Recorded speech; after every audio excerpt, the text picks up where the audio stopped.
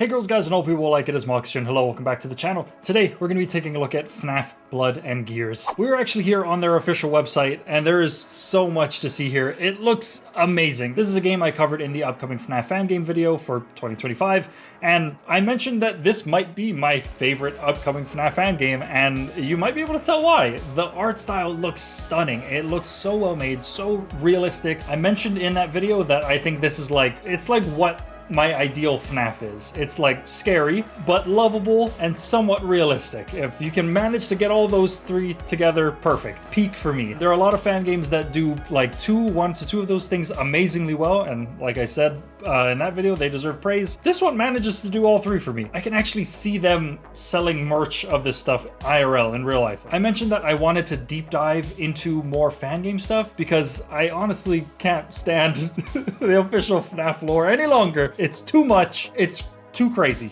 So we're here taking a look at some fan game stuff. Like I said, we're here on the official page. Kind of just want to go over everything as much as I can, because God, it's just so well made. It really deserves to be deep dived and looked at, I feel like. And if you would like to see me deep dive into more fan game stuff, please let me know down in the comments below. Tell me what fan game you think deserves a good deep dive into their lore and their history and their development, and I'd be happy to take a look at it. And while you're down there, don't forget to like, comment, and subscribe if you enjoyed this. And if you're really feeling super generous, you can become a member for only $1 a month. Just saying, it's a pretty good deal. I do some behind the scenes stuff, and I would greatly appreciate it. Anyway, let's get into this. You hoped you'd never have to return to this place of sorrow, but after 20 years, something has called you back. That immediately lets us know that we're playing someone of significance. We have history with the Fazbear Entertainment, whatever it's going to end up being called in this universe. We have some history there, and I'd love to see that. This might be kind of random because I'm sure there's much easier connections to be made, but I really like in FNAF The Silver Eyes, the book, when Charlie goes back to Fredbear's Family Diner. I thought that was one of my favorite scenes in the whole book, the whole FNAF series. I love it. I don't know why, but I just love that like deep-rooted history with characters. I think it's really nice. Yeah, it's pretty much a redo of FNAF, and I love to see it. I think there's been a lot of fan games that try to do this, but I don't know, this one just hits different to me for some reason. And see, like I said in that fan games video, it takes heavy inspiration from Chuck E. Cheese and Showbiz Pizza. I said that very weird. Chuck E. Cheese and Showbiz Pizza, but they look very good, very grounded. I love this cast of characters we have here. I didn't get to get a good look at this endoskeleton. Really well done though. Holy crap. I could have used this for the fan game video. It looks really plausible. You can see the like hydraulics and everything. I feel like maybe it's lacking wiring, if anything, I guess. I don't know anything about animatronics, so who knows? Looks cool though. All right, and this game does actually have a demo that you can play. I showed it off a little bit in that fan game video, but it's this very cool like post-night minigame demo thing, which I haven't beaten, and I won't play for you here because I'm not going to be able to beat it. By the way, all links to the stuff down in the description below. And then we can jump on over to the teasers. This teaser section really reminds me of the old Scott Games website, and I really do miss that. If you're newer to the FNAF community or you just never heard of it, the Scott Games website, I wonder if it's still up.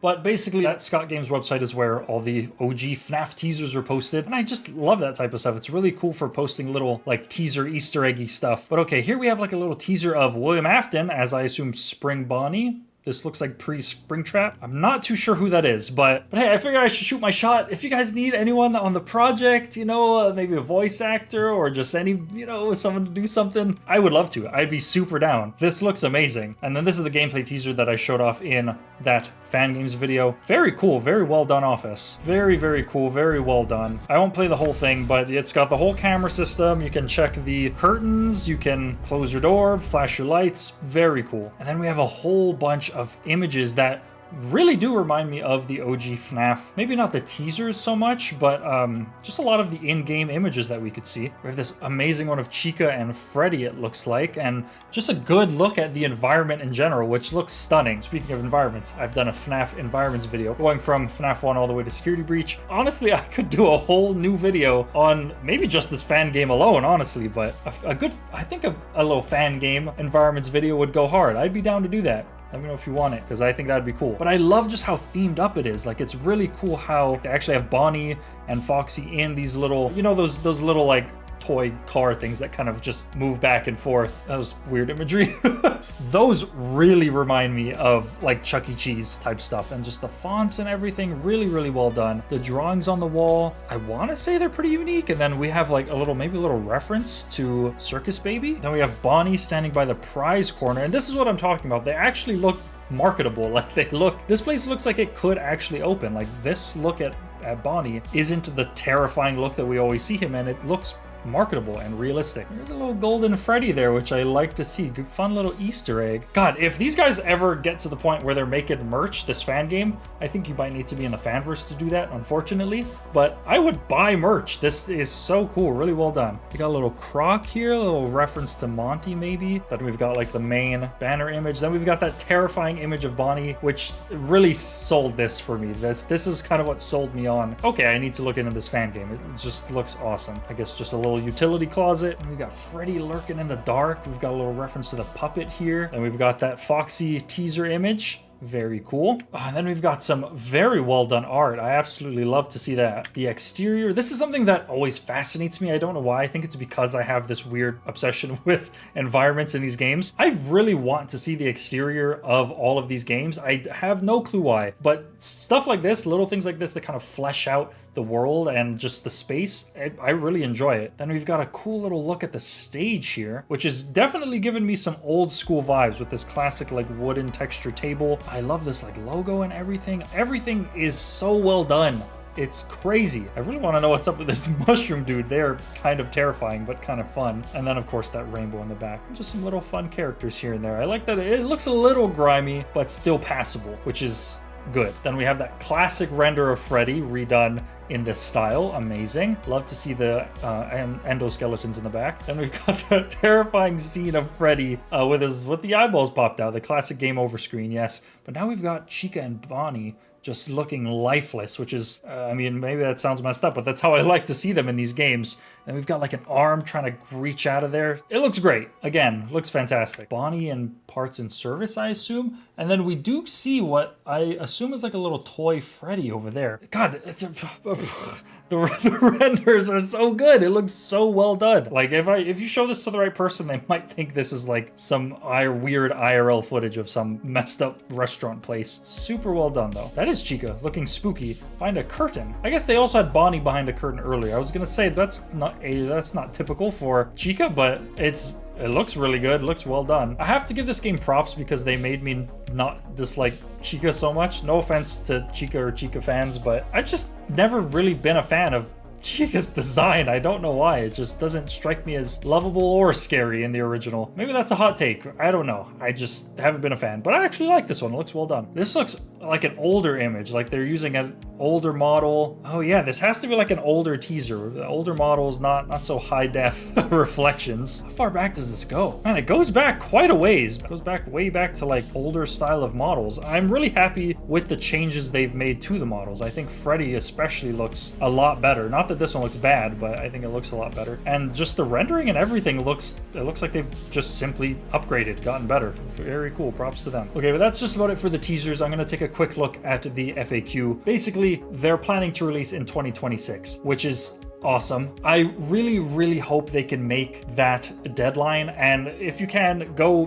give them some supportive words. Don't rush them at all, please. I know it's very upsetting when people go and rush these fan game devs. They're basically doing this for free, so like it's upsetting when people just rush them. But then they mention our archive, which is all like in-universe lore, which I absolutely love. Golden Freddy is gonna be there.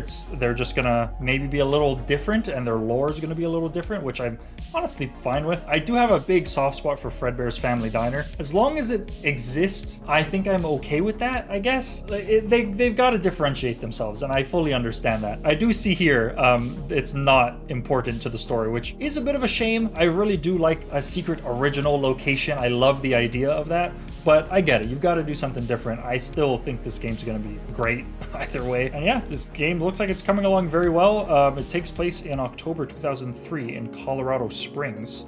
Is Franny Cannon? I don't know who who that is. Freddy and Bonnie? But okay, then we've got the credits. Huge props to everyone that's doing anything with this game. You're doing great work. Love to see it. Collabs? I'm something of a collaborator myself. I'd be down. I would love to do anything to, I guess, kind of be a part of it and show support if I can. Like, it's awesome. It's a Roblox thing. That's interesting. Okay, they're doing like a little FNAF thing and a little Roblox thing, which I've seen both of those be done for other fan games, I believe. Interesting. Very cool. And then we're going to go over the archive in a minute. They do have a wiki page, which I'm not going to go over in this video because I feel like it's going to give me very similar information, but in that Wikipedia style of like layout. I just see too much of Wikipedia, honestly, when I'm doing these videos. Editing me will go through it. Yeah, editing me will go through it and let you know if there's anything different or important in there. Thanks, editing me.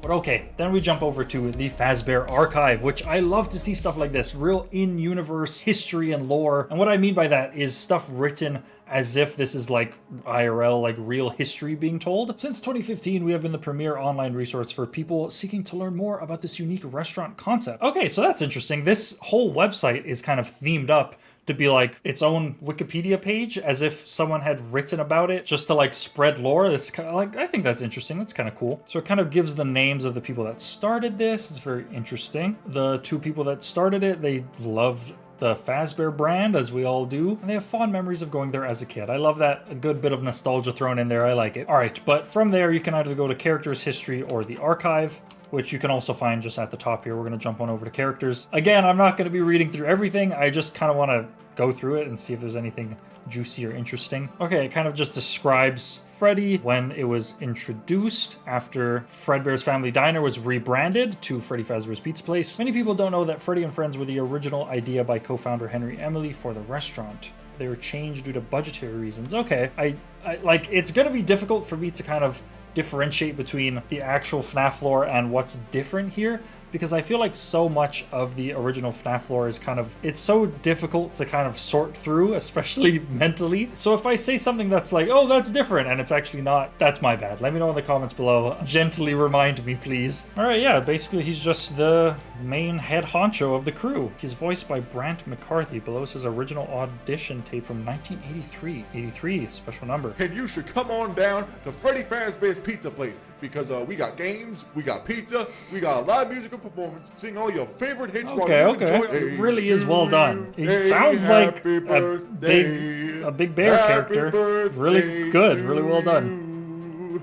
Okay, it seems like a lot of these are going to be very similar, just in the sense that they kind of describe the character, their like characteristics, personality, their looks, and then kind of just their origins, and a lot of their origins seem to be very similar to Freddy's, but I will just take a quick look over and see. I'm gonna look through all of them. Chica also has an audition tape. Okay, Foxy seems to have an interesting one. Basically just explains Foxy a little bit about Pirates Cove. Has a kid's crawl maze running underneath it, but was closed down in the mid-80s. After a break-in in December 2002, the bots were found vandalized and damaged, but Foxy got the worst of it. There were several large holes and tears in his suit. That's tragic. Well, that sucks. They got vandalized, but it explains why Foxy looks the way he does, I guess. All right, I like that little explanation. It kind of answers some questions of like, why does he look the way he does, without just simply being like, it answers questions, but also causes new ones. Like, why was there a break-in in December 2002? What happened during that break-in? Was there any motives behind it? We don't know that yet, I guess. But we do know that he looks the way he does, not because he was just closed down for a while, but because there was a break-in and he got vandalized. Then we have Chica's Cupcake, Carl the Cupcake. Don't know if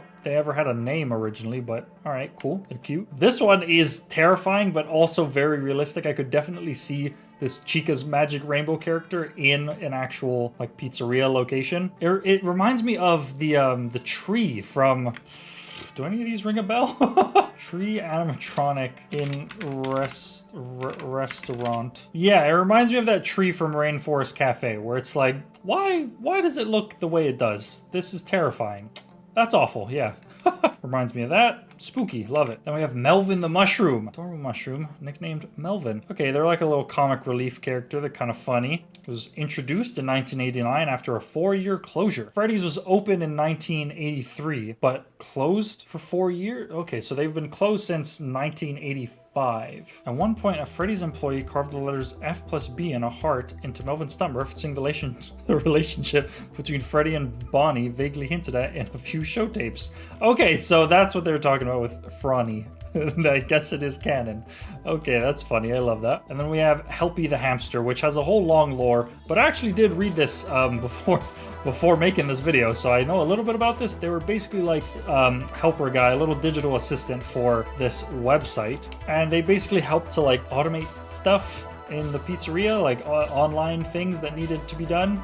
Very cool, very interesting. I love that. I love that as an explanation for Helpy. I don't think I even know what the explanation for Helpy is in actual FNAF lore. This gives Helpy an explanation in a really good way. They're just like a helpful little, I don't want to say AI because we don't like AI here on this channel. An assistant. They're a helpful little assistant guy. There have been rumors floating around that Helpy was initially originated as a representation of co-founder Henry Emily, though we have reached out to Fazbear Entertainment for clarification and have yet to receive a response. I doubt they're gonna get one. This reminds me of old internet for sure, where websites were very basic looking and very colorful. I love it. Okay, then we have 4 mystery characters with photo not found, and I believe they all say the same thing of not found, there's nothing to see here. The puppet, Fredbear, Bonnie the rabbit, and Sparky the dog. I felt like we already had a pretty big cast with this these 8, but assuming Helpy's going to be actually helpful to the player, these other ones can be doing some other spooky stuff. Interesting though to see that the puppet is part of this initial lore drop and not something saved for like Blood and Gears 2, which I believe they are open to doing, but they want to see how this game does first, which makes total sense. Please get them to Blood and Gears 2. I'd love to see it.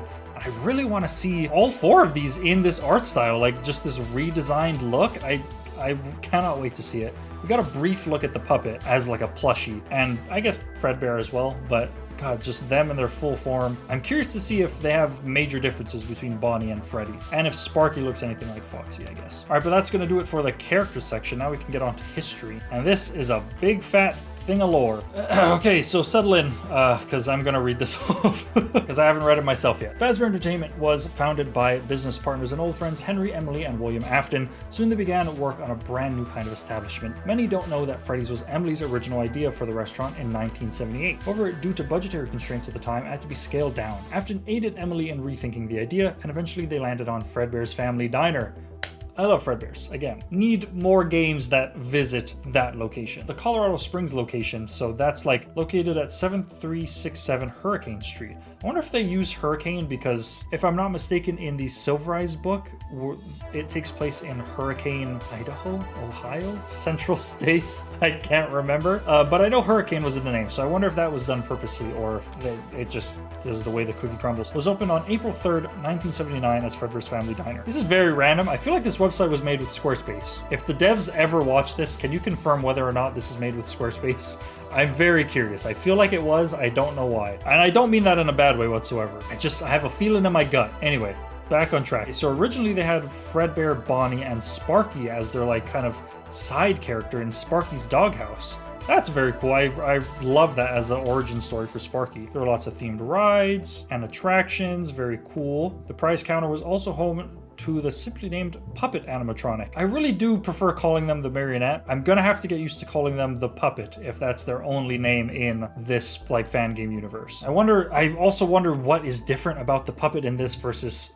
OG lore. Like if Charlie is gonna be possessing the puppet and going around helping the homies, or what's up with that? I'm dead curious. In late 1983, however, important year, Fredbear's temporarily closed down for now classified reasons and reopened in January of 1984 as Freddy Fazbear's Pizza Place. And then they rebranded with all these characters with Sparky and Foxy. Basically, they made some changes, did full rebrand, made everything nice, very cool. But around this time, Henry Emily disappeared from public view. Doesn't mention anything about Charlie. Makes me wonder if Charlie's gonna be canon in this, which honestly would be a bit of a shame for me if Charlie's not, just because I feel like that's such an interesting part of the lore. But again, they are doing something different, so I get it. But it's interesting that they don't mention like, oh yeah, there was a death in Henry's family or anything like that. Then the restaurant closed down after a change of ownership and reopened in 1989. Okay. And they removed the puppet and closed the crawl space under Pirates Cove. So the puppet seems to be still important in some way. No direct mention of Charlie yet, though. Kind of terrifying to think of potentially getting got in a crawl space underneath Pirates Cove. But okay, it's nearly impossible to figure out why this happened. There's some police reports. Some people claimed it was due to missing persons, missing children's incident, perchance. I feel like that would be more readily available to the public though, because there would be a bunch of people being like, where'd my kid go? I went to this place and then suddenly I don't have them anymore. I feel like that would be pretty public knowledge. And ownership of Freddy's fell to another member of the Emily family. Interesting. But they're a private individual and they don't want their information disclosed. Okay. Interest in Freddy's would rise for a little bit and then it would fall, as things do. And they declared bankruptcy in 2003. This would lead to the company being acquired by Burroughs Industries a couple years later. Zero clue who that is. But Burroughs Industries reminds me of, well, if we go based off of this, they sell bag filling equipment. Blood and Gears. I know they use that acronym. That would actually be very, very cool if this was like, what is it called, an ARG or something like that? That would be very cool if this was some kind of ARG and they published this website. I highly doubt it. I highly doubt it. I need to watch this. Maybe it is though. What the fuck am I watching? What is this? This is the weirdest YouTube video I've ever seen. I'm so tempted to believe that it's possible, but I highly doubt it. I highly doubt it. God, that'd be amazing though, hey? Okay, no, I really do doubt it. This has a whole LinkedIn profile. I feel like that's not... Hashtag not sponsored. I don't even know what any of this does. I don't know what, let's get out of here. But okay, very interesting history. And I love that it's written this way. It's very interesting and I'm very curious to see what's different and what's new. And I want to deep dive more into this as much as I can. But let's jump on into the archive, which is similar to the teaser section in the last game, but all in lore. Like this is all like kind of historical, I guess, like documents that have been collected over time. And it's all really, really cool. Like they have like people like blurred out people's faces and stuff. Photograph of a Freddy walk around costume. Oh, so I wonder if they have spring-lock suits in this. I wonder if that's a thing at all, because this is definitely a different suit than this, unless spring locks have been retired since Fredbear's, because I'm pretty sure that's how it works originally. But cool, I like seeing the locate, like more of the space. Really well done posters. I wonder if I could put one of these up on the wall somewhere, hey? Back there. Can you see that? Like right, oh man, that would kind of go hard, like right there. That'd be pretty cool, hey? So okay, this is definitely like the suit that can be worn, rather than the animatronic.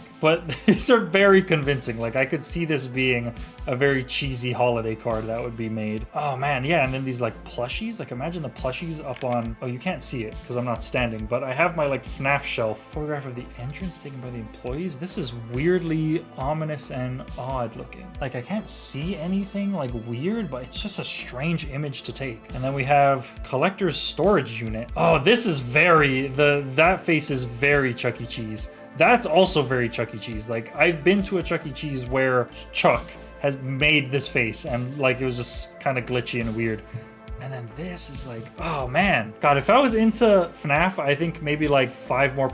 I think that's what my closet would look like right over there. I've actually, this is kind of embarrassing. I've actually considered getting into build like robotics a little bit just because I want to build like a weird little guy. I think that would be kind of fun. But okay, then we have Foxy's Pirate Cove there. I think this is my favorite of the images. It just shows a lot of history all in one image. But we do have actual videos with commercials and stuff.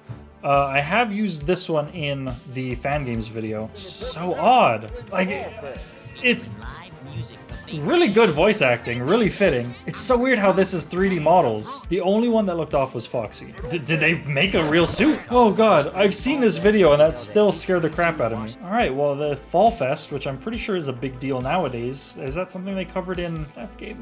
Question mark? Maybe it was talked about in Help Wanted? Can't remember. This is what I'm talking about. I can't even keep track of this new stuff. But there we have Editing Me. You might have to replace the music on this. They're singing Last Christmas, which I love the song.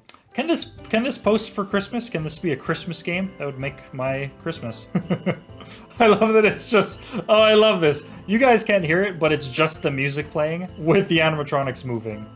They didn't do like a cover or anything. I love that. I really do. It's just them kind of moving. Man, it looks... The only time it looks nearly photorealistic is when they zoom in really close. That with Bonnie looked really good, though. Okay, I'm gonna skip around. Ooh. Go back. I'm trying to see if like something is triggering that distortion. It's just old footage. That's what it says. It says, oh, that's the puppet's face. Okay. Yeah, weird. Very well done though. Now we've got a little commercial.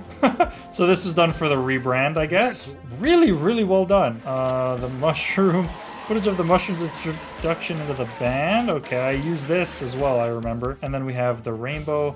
And then we've got a bunch of different audio, which I'm actually going to leave for you guys to check out. I'm going to leave all of this down in the description below. Let me know if there is anything interesting in these audios. I'll try to check them out on my own time, but that's all the time I have for today. This was awesome. I absolutely loved kind of just going through this. This was a much more chill, easygoing video. It's just kind of me deep diving as much as I can. No script, no nothing. Let me know if you guys like this style of video. I'd be down to do more of this type of stuff with things that I can. I know not all fan games can go this in depth. Just with the time and the budget constraints, I fully get that they're doing this stuff for free, which is why this is even more impressive. It's just pure passion and I love that. But if anyone from the team is watching this, amazing work.